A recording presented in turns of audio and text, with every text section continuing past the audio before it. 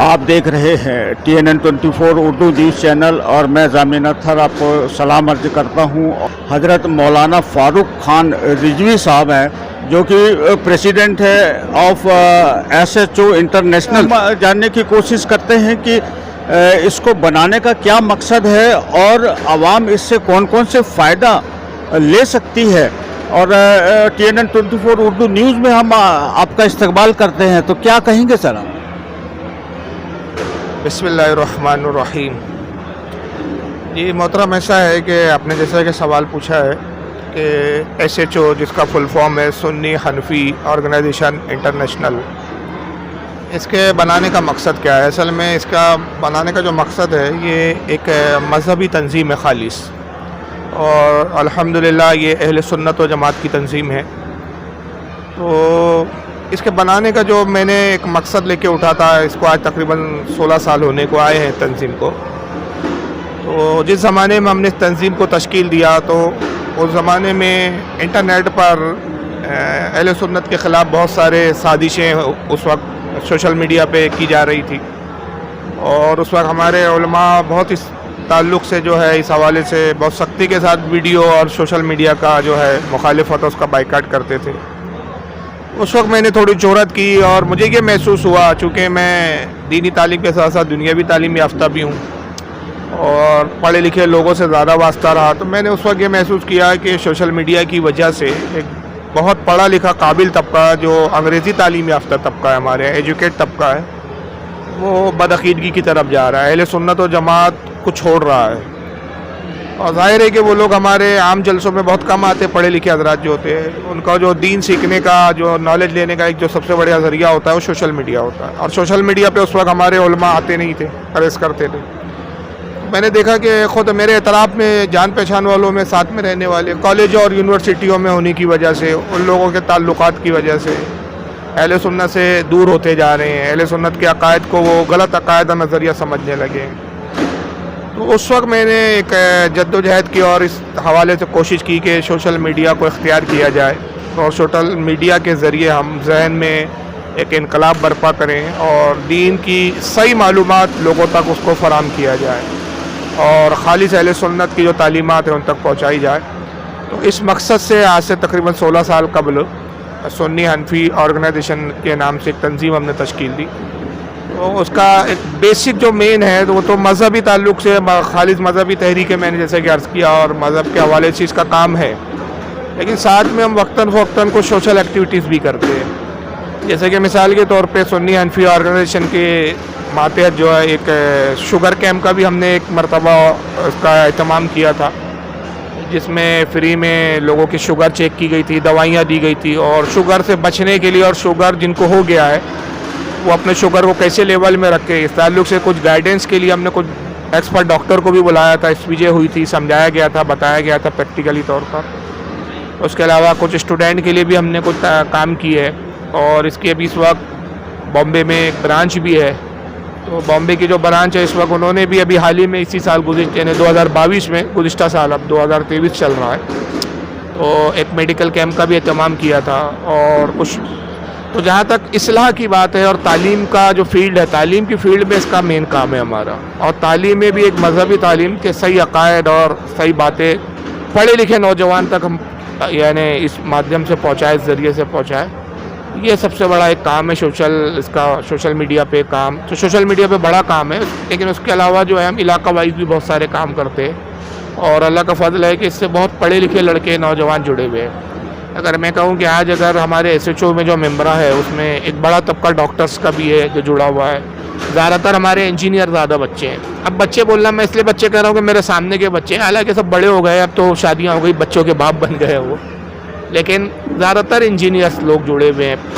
تو یہ اس کا ایک بیسک مقصد رہا کہ ماڈرن تعلیم کے نام پر دیر راوی کی طرف لوگ نہ جائیں، مذہب سے بھی جڑے رہے، اور سنی حنفی آرگنائزیشن کا جو سب سے بیسک مقصد ہے کہ آپ کسی بھی فیلڈ میں جائیں، چاہے آپ ڈاکٹرز ہو جائیں، انجینئرس ہو جائیں، وکیل ہو جائیں، آپ سائنٹسٹ بن جائیں، کسی بھی فیلڈ میں جائیں، لیکن آپ دنیا کی ترقی کی بنیاد پر مذہب کو نہ چھوڑیں، مذہب سے آپ جڑے رہنا چاہیے، کیونکہ یہ اصل ہماری بنیاد ہے۔ اپنے بزرگوں کی تعلیم، اپنے بزرگوں کے نظریات سے وابستہ رہیں، یہ SHO کا خاص بیسک مقصد ہے. لیکن اس میں مطلب جو عام انسان ہے وہ اس سے مطلب آپ سے رابطہ قائم کر کے کیا مطلب حاصل کر سکتا ہے؟ دیکھیے عام یہ ہے کہ میں تو اپنے گھر پہ عام طور پہ جب رہتا ہوں تو بہت سارے لوگ پرسنلی بھی ملنے آتے ہیں، اور اس وقت 11 ویب سائٹیں ہماری چل رہی ہیں جس پر مذہبی حوالے سے کوئی ایسی باتیں ہوتی ہے کہ جو لوگوں کے لیے کنفیوژن ہوتی ہے، یا کہیں ان کو نالج میں گمراہیت کی شکار ہو رہے ہیں، یا کچھ صحیح معلومات حاصل کرنا ہو، تو کچھ ایسے ہم نے ویب سائٹ بنائے ہیں، کچھ ایسے ہمارے چینلز ہیں جس پر لوگ سوالات کرتے ہیں، اس کے تشریفی بخش ان کو جوابات دیے جاتے ہیں. پرسنلی بھی لوگ مجھ سے آ کے ملتے ہیں، اور باقاعدہ میں ان کو وقت دیتا ہوں. کوئی آ کے ملنا چاہتا ہے تو کوئی اگر کنفیوژن ہو ان کا مذہب کے حوالے سے، ہم ان کو جو ہے ان کا کنفیوژن دور کر کے. لیکن مطلب سنی لوگ ہی یہ کر سکتے ہیں؟ میں یہ مطلب یہ بالکل کھلے طور پر کہوں گا کہ اس میں جو تنظیم میں اہل سنت ہے، اور اہل سنت ہونا ہماری تنظیم کے ممبر ہونے کے لیے کمپلسری ہے، یہ ایک شرط ہے ہمارے یہاں. لیکن اس کا جو بیسک مقصد ہے کہ جو گمراہ ہو گئے ہیں، اہل سنت کو صحیح نہیں سمجھ پا رہے ہیں نالج کی کمی کی بنیاد پر، ہر کوئی آدمی اتنی بڑی کتابیں نہیں پڑھتا، اتنے ڈیپ میں نہیں جاتا، تو ان کو جو ہے وہ صحیح طریقے سے اہل سنت سے وابستہ رکھنا. کیونکہ اس سے تو کوئی انکار نہیں کر سکتا کہ اہل سنت ہی سب سے پہلے والے ہیں. حضور صلی اللہ علیہ وسلم کی جو ایکچوئل تعلیم ہے، صحابہ کی تعلیم ہے، وہی اہل سنت ہے ایکچوئل میں.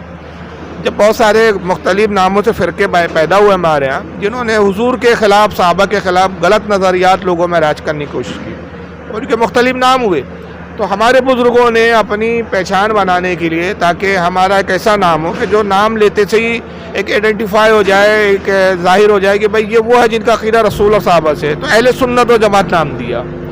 تو بیسک مطلب یہی ہے کہ اہل سنت ہی حق ہے، اہل سنت ہی اسلام ہے، اہل سنت ہی دین ہے. تو آپ اپنی جو ہے جڑوں سے وابستہ رہیں، اپنی جڑوں کو نہ چھوڑیں. اس لیے کہ اگر درخت جڑ چھوڑ دیتا ہے وہ درخت کمزور ہو جاتا ہے، سڑ جاتا ہے. تو اس کا بیسک تو یہ مقصد ہے. لیکن جیسے کہ میں نے کہا ساتھ میں پھر ہم سوشل ایکٹیویٹیز بھی کچھ کرتے ہیں، لیکن بنیادی یہ ہے کہ ہم کہتے ہیں کہ سوشل ایکٹیویٹیز سیکنڈری ہمارے، کہ فرسٹ یہ ہے کہ آپ کا عقیدہ پہلے صحیح ہونا چاہیے. اگر آپ کا عقیدہ ہی صحیح نہیں، آپ اسلام کو ہی صحیح طریقے سے نہیں سمجھتے، تو پھر آپ کوئی بھی کام عمل کر لیجئے، وہ عمل آپ کا کوئی قابل قبول نہیں اللہ کی بارگاہ میں. پہلے تو آپ کا اپنا اسلام مضبوط ہونا چاہیے. تو اس کا ایک بیس یہ ہے. اور جیسا کہ آج کل دیکھ رہے ہیں آپ کے سوشل میڈیا پہ غیر مسلموں کی طرف سے بھی اسلام پر بہت سارے اعتراضات اٹھائے جا رہے ہیں، تو اس کے جوابات دینا اور مطمئن کرنا لوگوں کو کہ بھائی اسلام پہ جو اعتراض ہو رہے ہیں یہ بے جا اور بے بنیاد اعتراض ہے، یہ اس کا ایک خاص مقصد ہے. تو اس سے کوئی بھی جڑ سکتا ہے، اور اس میں ہماری ایک کھلی دعوت ہے کہ ہم تو البتہ اہل سنت ہے، لیکن اس کا یہ مطلب نہیں کہ کوئی کسی اور طبقے یا فرقے سے تعلق رکھتا ہے تو ہم اس سے بات نہیں کرتے یا اس سے ہم نفرت کرتے. اس معنی میں لیکن میں ایک بات اور بھی جاننا چاہتا ہوں، یہ جنرل میں ہے اور ہمارے ساتھ میں بھی بیتی ہے کہ اگر جیسے مان لو میں اہل سنت کا مطلب یہ ہوں، شخص ہوں، اور میں وہابی کی مسجد میں اگر نماز پڑھ رہا ہوں تو لوگ کہتے ہیں کہ نماز نہیں ہوتی. دیکھیے مذہبی پوائنٹ آف ویو سے یہ نہیں ہوں گے، کیونکہ ایکچوئل میں پہلے ہی ہم کو سمجھنا پڑے گا کہ مذہب کہتے کس کو، اسلام ہے کیا. ایکچوئل میں اسلام اللہ رسول کے بتائے فرامین کا نام ہے. جو چیز رسول اللہ نے کہہ دیا ہم وہاں لاجک نہیں لگا سکتے. قرآن میں یہ ایمان والوں کی تعریف کی ہے اللہ تعالیٰ نے کہ ہمارا نبی جو دے دے وہ لے لو، جس سے روک دے وہ رک جاؤ. اور صحابہ کی قرآن نے تعریف کیا ہے کہ صحابہ اکرام دنیا میں سب سے افضل اس لیے قرار پائے، تمام لوگوں میں، تمام انسانوں میں حضور کے اصحاب سب سے بہترین انسان اس لیے قرار پائے کہ ان کے بارے میں قرآن کہتا ہے کہ ان کا یہ حال تھا کہ جب حضور کچھ کہتے تو کہتے قالوا سمعنا واطعنا، ہم نے سنا اور اطاعت کی. اب وہاں لاجک نہیں ہے. ایک جیسے میں مثال دوں سمجھانے کے لیے کہ حضور صلی اللہ علیہ وسلم نے کہا کہ تم بکرا کھا سکتے ہو، اونٹ کا گوشت کھا سکتے ہو، گدھا نہیں کھا سکتے. اب آدمی وہ لاجک لگائے کہ بھائی گدھا کیوں نہیں کھا سکتے، گوشت تو گوشت ہوتا ہے یار، جب وہ گوشت ہے تو اس کا بھی گوشت ہے. لیکن حضور نے روک دیا. اب وہاں چوچرا کی گنجائش نہیں ہے ہم کو. حضور صلی اللہ علیہ وسلم نے ہم کو کہا شراب مت پیو، بس نہیں پینا. اب ہم اپنا لاجک نہیں لگائیں گے، نہیں یار شراب سے تو یار طاقت بھی ملتی ہے، وٹامنس بھی ہے صاحب اس میں، اگر ٹھنڈے علاقوں میں پیو تو اس سے ٹھنڈی دور ہو جاتی. یہ لاجک ہو گیا ہمارا. اسلام میں لاجک نہیں چلتا. اسلام یہ ہے کہ اللہ رسول نے جو بتا دیا. تو اب یہ جو چیزیں ہیں کہ بھائی کس کے پیچھے نماز ہوں گی نہیں ہوں گی، یہ اللہ رسول کے احکام ہے، یہ ہمارے اپنے بنائے بھی نہیں ہیں. ہم صرف اتنی ذمہ داری قبول کر سکتے ہیں اور ہم اتنی ذمہ داری لیتے ہیں کہ ہم آپ کو یہ بتائیں کہ یہ کہاں لکھا ہے، کہاں روکا گیا ہے کہ کن کے پیچھے پڑھنا ہے، کن کے پیچھے نہیں پڑھنا ہے. تو اب اگر اس کیٹیگری میں آپ کو یہ کہیں گے کہ بھائی جیسے آپ نے سوال کیا کہ کوئی دیوبندی کی مسجد میں نماز پڑھتا ہے، تو اب کوئی کہتا ہے کہ بھائی تمہاری نماز نہیں، تو حضور کے زمانے میں دیوبندی تو تھے نہیں، تو یہ کہاں سے لایا؟ تو ایکچوئل میں دیوبندی ایک نام ہے، اہل حدیث ایک نام ہے، شیعہ ایک نام ہے، یہ فرقوں کے نام ہے. ہمیں بھی ہمارا ایک اہل سنت نام ہے. ایکچوئل تو اسلام وہ ہے جو رسول اللہ کا عقیدہ، رسول کی تعلیم ہے، ایک کسوٹی، ایک بنیاد ہے، ایک فارمولہ ہے. اس فارمولے پہ جو فٹ بیٹھیں گا وہ مسلمان کے دائرے میں آئیں گا. اس فارمولے سے جو اگر کوئی خارج ہوگا، چاہے وہ قیامت تک کسی بھی نام سے آئے، نام سے مطلب نہیں ہے. جیسے مثال کے طور پہ ایک دوائی ہوتی ہے، دوائی میں دیکھا جاتا ہے اس میں کنٹین کیا استعمال کیا گیا ہے. آپ دوا کسی بھی نام سے بیچیں، ایک ہی کنٹین کی، ایک ہی بیماری کی دوائیاں کئی کمپنیاں بناتی ہے. جیسے مثال کے طور پہ سر درد کی ہے تو صاحب کمبیفلیم بھی ایک دوا آتی ہے، بروفین بھی ایک دوا آتی ہے، اور بھی بہت ساری کمپنیاں بناتی ہے اس طرح کی. کیا کہتے ہیں، کروسین بھی دوا درد کے لیے لی جاتی ہے. مطلب اس سے نہیں ہے کہ اس کا نام کروسین ہے یا اس کا کمبیفلیم ہے، اس کا بروفین ہے.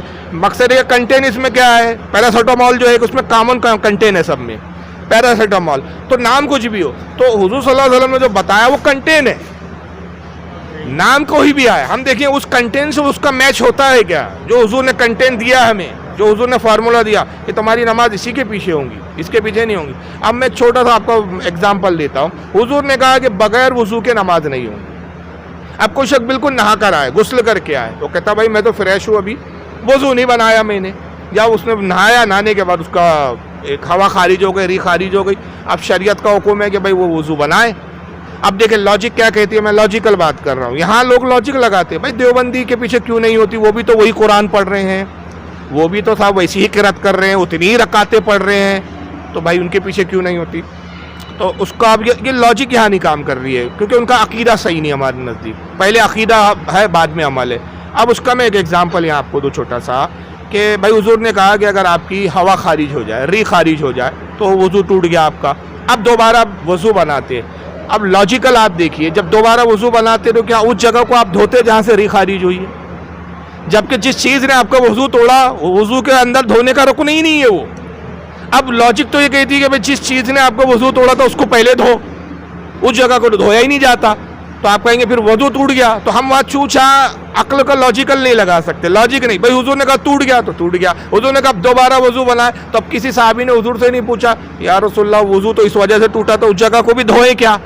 نہ حضور نے صحابہ نے پوچھا، نہ حضور نے بتایا. تو لاجک تو کہتی وہ دھونا چاہیے، کیونکہ اسی وجہ سے وہ آپ کا وضو ٹوٹا ہے، لیکن دھونے کا حکم نہیں ہے. تو جب حضور نے کہہ دیا کہ نماز کے یہ طریقے ہیں کہ نماز سے پہلے عقیدہ صحیح ہونا چاہیے نماز پڑھانے والے کا. اگر عقیدہ صحیح ہے تو نماز ہوگی، عقیدہ صحیح نہیں تو نماز نہیں ہوگی. اب شریعت کا قانون ہے، سب جانتے ہیں کہ بغیر وضو کے نماز نہیں ہوگی. یہ کامن سینس ہے. حالانکہ میں اس پہ قرآن و حدیث سے بہت دلیلیں دے سکتا ہوں، لیکن چھوٹا سا انٹرویو، اتنا وقت نہیں ہے، کیونکہ یہ تقریر نہیں ہے، اسپیچ نہیں ہے میری. میں ایک چھوٹی سی بات کر رہا ہوں سمجھانے کے لیے. اب ایک امام صاحب مان لیجئے نماز پڑھتے ہیں، سنی ہے، اللہ کے رسول سے محبت بھی ہے، متقی ہے، پرہیزگار ہے، اور ان کے پیچھے 1,00,000 لوگوں کا مجمع نماز پڑھ رہا ہے، عید کی نماز ہو یا جمعے کی نماز ہو. اب امام صاحب نے نماز تو پڑھا دی، اور نماز کے بعد انہوں نے اعلان کیا کہ حضرات وہ ایک بڑی مسٹیک ہو گئی، بڑی غلطی ہو گئی کہ دوران نماز مجھے خیال آیا کہ میں نے تو وضو ہی نہیں بنایا، میں نے بنا وضو کے نماز پڑھا دی آپ کو. تو اب میں آپ سے سوال کرتا ہوں، کیا وہ 1,00,000 لوگ جو ان کے پیچھے نماز پڑھ رہے تھے ان کی نماز ہوئی؟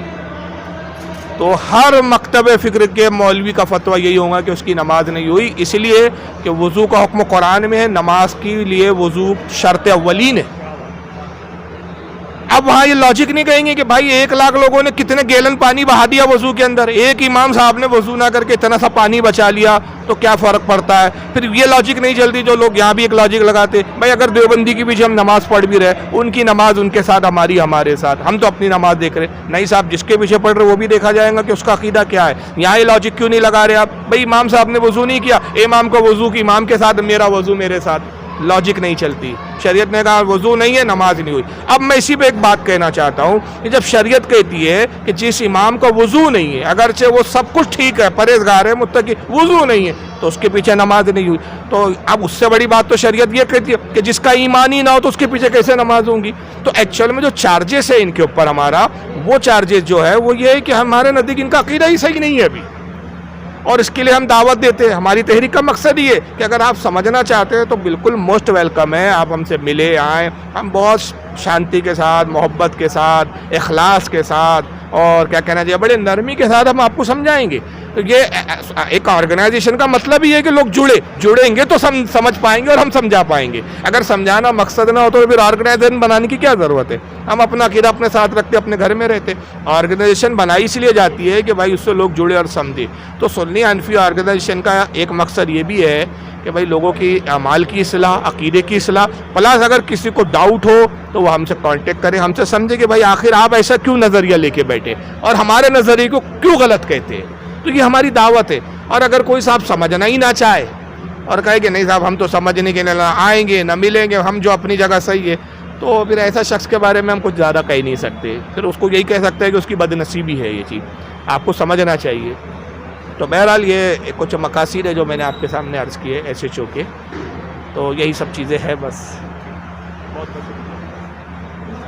چلیے، یہ تھے حضرت مولانا فاروق خان رضوی صاحب جو پریسیڈنٹ ہے SHO انٹرنیشنل کی، جو کہ اس آرگنائزیشن کے بارے میں بتا رہے تھے. اور میں سمجھتا ہوں کہ اس آرگنائزیشن میں جو بھی سنی آرگنائزیشن ہے، ایک اپنے آپ میں ایک ایسا آرگنائزیشن ہے جہاں پر ڈاؤٹ اگر آپ کو آتا ہے تو ان سے رابطہ قائم کر سکتے ہیں، اور اسی لیے ان کا مہتو بھی بتایا ہے. اور ایسے ہی دیکھتے رہیے TNN 24 اردو نیوز. میں جامعہ اطہر آپ سے بدا لیتا ہوں. شکریہ، دھنیہ واد، خدا حافظ.